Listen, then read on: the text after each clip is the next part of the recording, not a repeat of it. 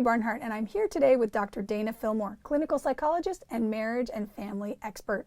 We're here as part of our regular series where Dr. Dana answers your relationship and marriage questions. If you'd like your question answered, please enter it in the comment box below. Hello, Dana. Thanks for joining us. Sure. Today's question is, our kids just went to college and my spouse wants out. What can I do to save the marriage?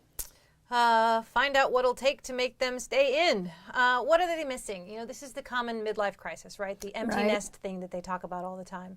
And that is when a marriage has been focusing on the kids this entire time and not on itself. Then the kids leave and you're left with this big gaping hole and this huge distance between the two partners. The good news about that is that can be overcome. That distance can be closed, but you got to find out how. You got to ask questions and and ask your partner, what do you want out of life? What will make you happy? How do you see yourself? What are your dreams and your hopes and your thoughts about the future? Do you want to travel? Do you want to garden? Do you want to get a job? Do you want to, what is it that is really important to you? And then find a way to make that happen in the marriage. Mm-hmm. Don't make the marriage something that gets in the way of that person's new life. Somebody should change and shift and grow when their kids leave. Right. It isn't the same. There is a new freedom. As sad as we are to see them go, it's a new opportunity to try new things and have new adventures and live the rest of your life. So make sure that the marriage isn't getting in the way of that, and don't try and keep the status quo. You got to be able to shift and bend and grow with the partner, and just assure them that the marriage is the number one priority, and you guys can find a way to make it work. And maybe even in these questions, and be very sure, by the way, let me back up and say, be very sure that in those questions, if the person says, I just want to see the world, don't say, well, we don't have the money to see the world, or what, say instead, why? Why do you want to see the world? What will it offer you? Well, it'll offer me adventure. So then can we have adventures here? Is there ways that we can find out what those needs are, why those needs are important, and figure out if there's a way to meet them with your current financial situation, or go to Egypt. I mean, I don't know. Figure out a way, if you have the money, to do that together and let the marriage shift and let the marriage morph into something else. It's supposed to.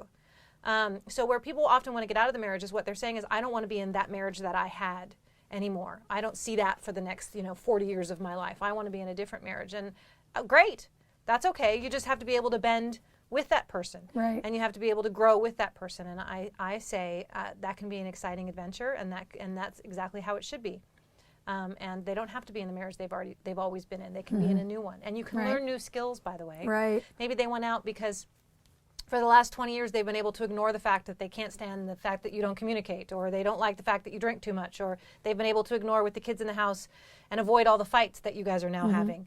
So maybe you need to learn new skills. Maybe you need to learn how to fight, and you need to cut back on your drinking, and you need to learn how to communicate, and you need to have more sex. I mean, I don't know. Those are all things that we cover in our system, in our Strong Marriage Now system. So figure out what it is and what they want their marriage to look like now.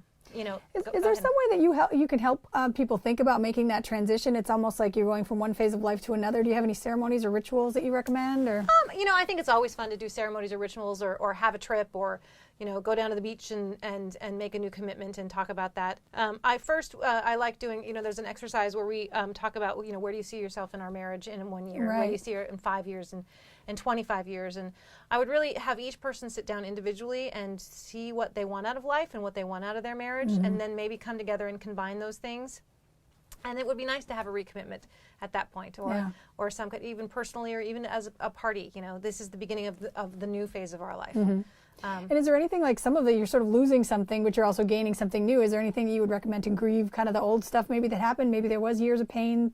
Any way to let that go? Or well, sure. I mean, you need to talk about some of that stuff. A lot of times people hold on to stuff from the past because they feel like they've never been heard, they've never been understood, the partner's never really gotten it. That's in our listening exercise, also in the system, where we teach people how to really have that aha moment so that people can let things go. Oftentimes people aren't even looking for an apology. They're not even looking for a way to make it better. It already happened. You can't change it, right? They're just looking for that other person to go, oh, that's how you felt. And that's when they can let it go. That's when they can move forward. So, maybe they need to do some conversation about the past. Again, I wouldn't necessarily revisit every single year of the last 20, I mean, I wouldn't necessarily have to go through step by step. There's some that needs to be let go. There's some forgiveness. Hopefully, if these people have, the person who answered that question has bought the system, then they've already seen our forgiveness videos about, talking about that, but then also letting it go so that you can move forward. Yeah. So I would look into both of those things. One last thing that just occurred to me, I know we've had this come up in other questions, that, when the kids are leaving, women are also potentially entering menopause. There's all these, drop in oxytocin. You don't feel so connected anymore. Yeah, there's definitely a correlation usually going on for women. And then at the same time, that's that whole midlife crisis thing for men. Right. Where they, sometimes want to start dating a 20-year-old and get a red sports car. That is actually a real thing that's occurring. And for women, yeah, it can drop them into a deep depression. Their libidos can dramatically drop if they're going through menopause, which can interfere with the sex life. For a few years in there, they're pretty moody. And can be kind of grumpy if their hormone levels are all off. So I would also look at internal Hard to reasons. sleep if you're having hot flashes, right? Exactly. Hard to sleep if you're having hot flashes.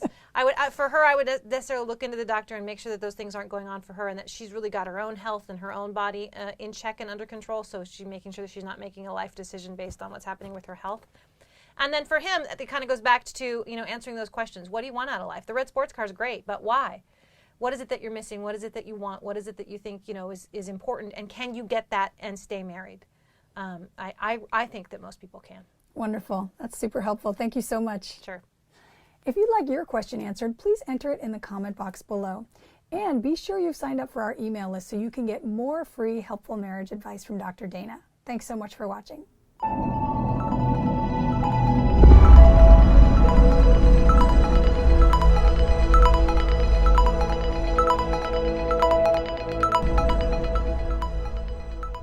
Thank you so much for watching. To get more free marriage help from Dr. Dana, please check out our website at www.strongmarriagenow.com. If you want to know when we post new videos, please subscribe to our YouTube channel by clicking on the link right on this video. If you've got questions for Dr. Dana or just want to share your opinion, please comment below. Dr. Dana's got lots more marriage transforming videos for you. Here are the links to a few that you may want to see. Again, you can click right on the link you see in the video. And finally, if you know of anyone else that needs help with their marriage, if there's anyone you care about that could benefit from some powerful relationship advice, please help them by clicking on the share button below this video or tell them about our website, www.strongmarriagenow.com. Here are links to even more marriage-saving videos for you. Click on any of these images on the video to check them out. Thanks again for watching.